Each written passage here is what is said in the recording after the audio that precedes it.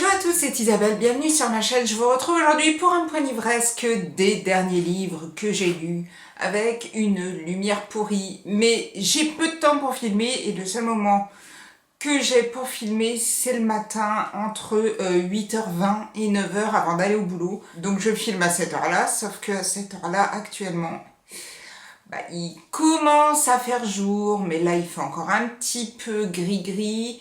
Et donc pas beaucoup de lumière, donc lumière avec ce que j'ai, c'est-à-dire 3 petites lampes un petit peu autour de moi. J'espère que ça vous gênera pas trop. En tout cas, moi, je suis contente de vous retrouver aujourd'hui pour vous parler des derniers livres que j'ai lus. Je commence par le dernier livre que j'ai lu pour le Black November, donc c'était pour la dernière semaine. Il fallait lire un livre avec 3 mots dans le titre. Et j'avais commencé cette semaine avec Valentin Musso, Un autre jour paru aux éditions Seuil. C'est son dernier. On est ici avec le personnage d'Adam Chapman. Il a 41 ans, c'est un architecte. Il vit avec sa femme Claire. Tout semble aller pour le mieux.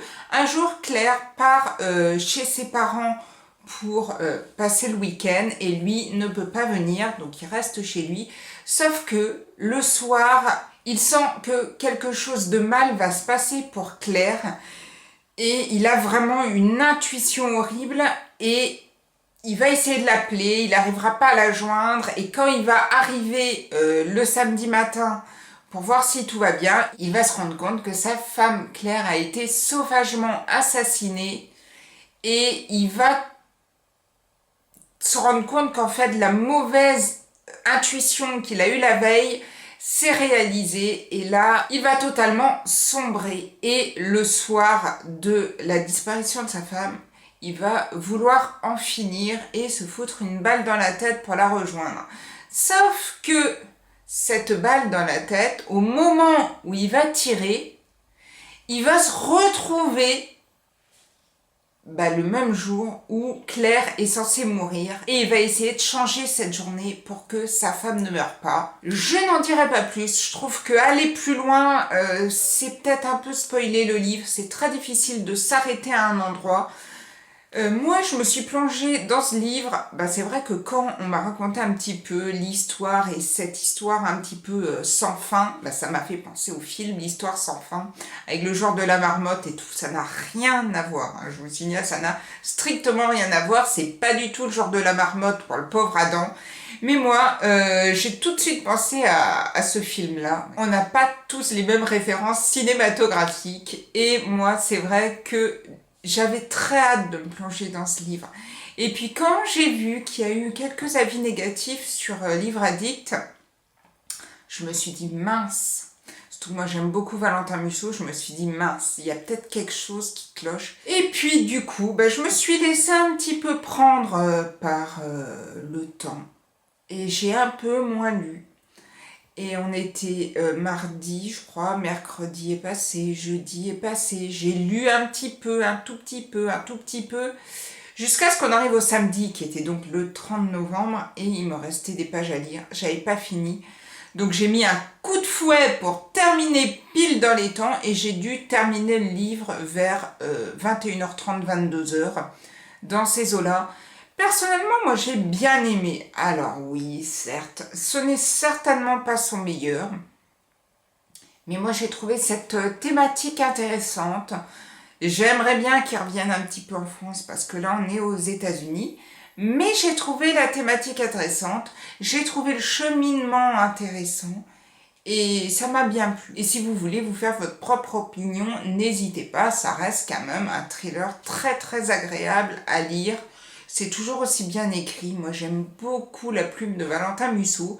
Je la préfère à celle de son frère, mais on va pas faire de comparaison parce que c'est pas du tout la même chose. Mais j'aime bien le cheminement et je trouve que c'est toujours assez bien travaillé. Donc du coup, faites-vous votre opinion, mais moi, personnellement, j'ai assez bien aimé.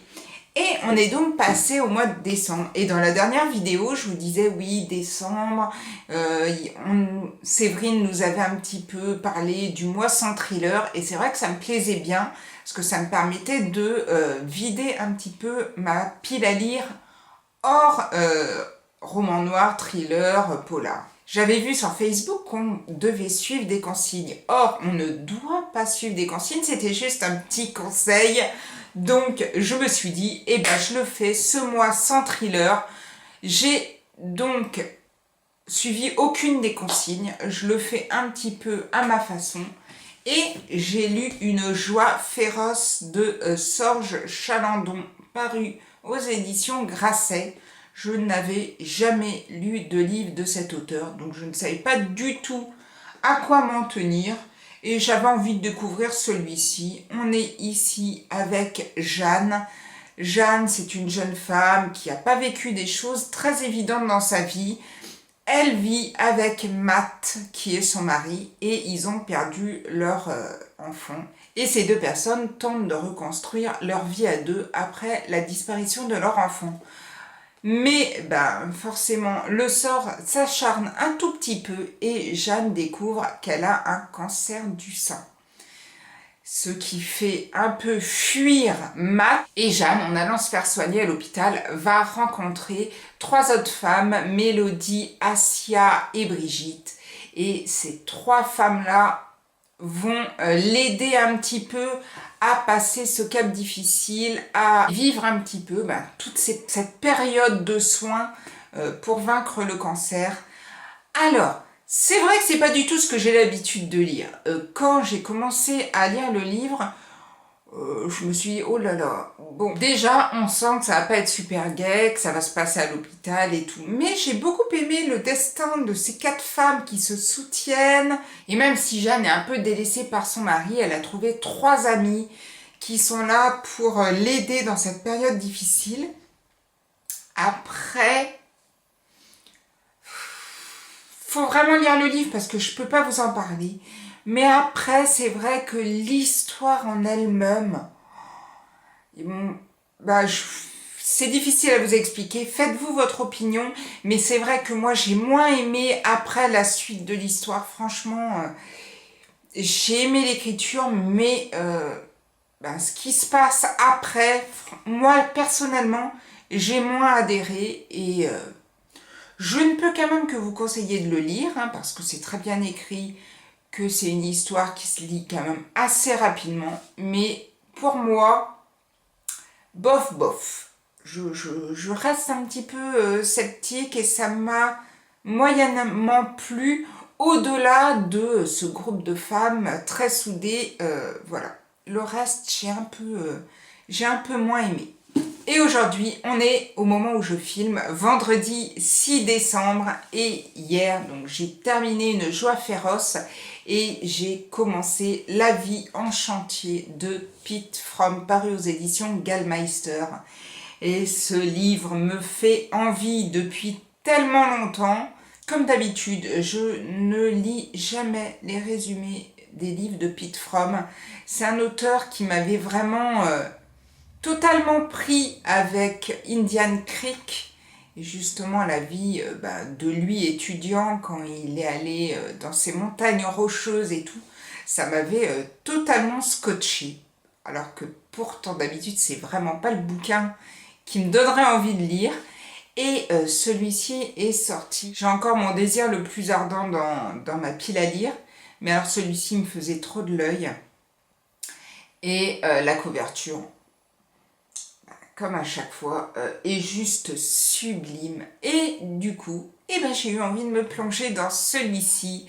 On est avec Taz et Marnie. Et Taz et Marnie attendent un petit bébé. Ça sent bon, ça va être un peu plus gai que Une joie féroce de Sorge Chalandon.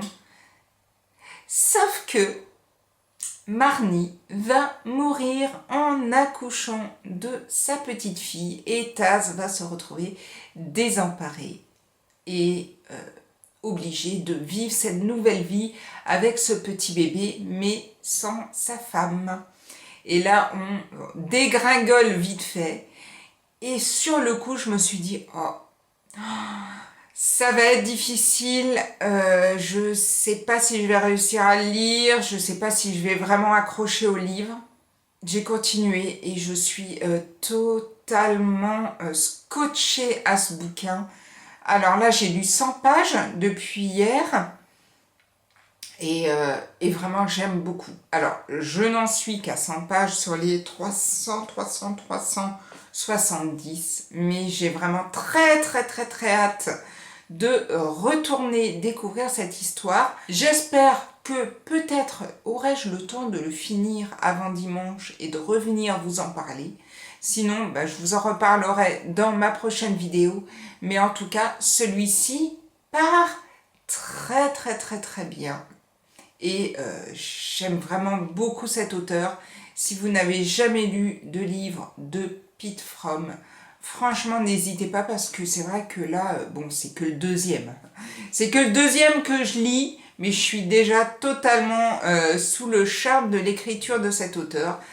Faites-vous votre opinion. Et moi, je reviens vous en parler très vite, puisque j'espère le finir. Aujourd'hui, ça risque d'être juste, mais peut-être demain. Je vous reprends plusieurs jours plus tard, on est dimanche, et je voulais vous reparler de ma dernière lecture. Je vous avais dit que si j'avais un petit peu de temps pour faire une vidéo, je reviendrai. J'ai peu de temps parce que j'ai pas mal encore de choses à faire, et que entre ma fille qui veut faire son jeu de rôle, le chien que je dois sortir, le pain que je dois acheter, je suis toujours overbookée. On est dimanche matin, je vous parle un tout petit peu de la lecture que j'ai finie, La vie en chantier de Pete Fromm. Je vous en avais brièvement parlé l'autre jour parce que j'avais lu à peu près 100 pages. Et j'ai bouffé le reste du livre. Et c'est un énorme coup de cœur. J'adore réellement cet auteur, il est vraiment fantastique.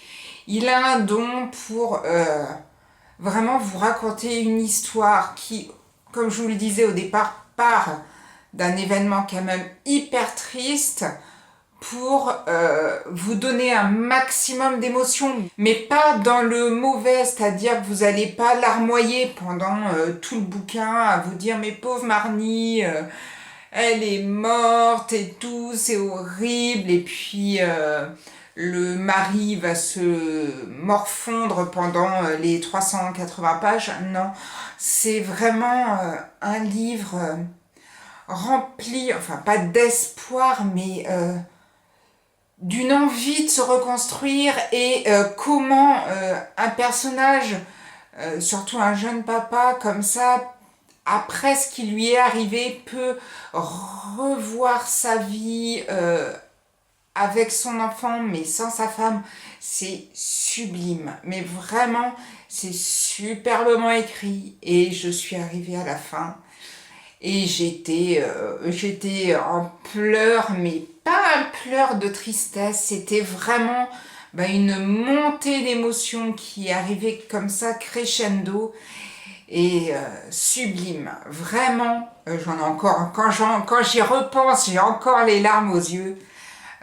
C'est vraiment un superbe bouquin.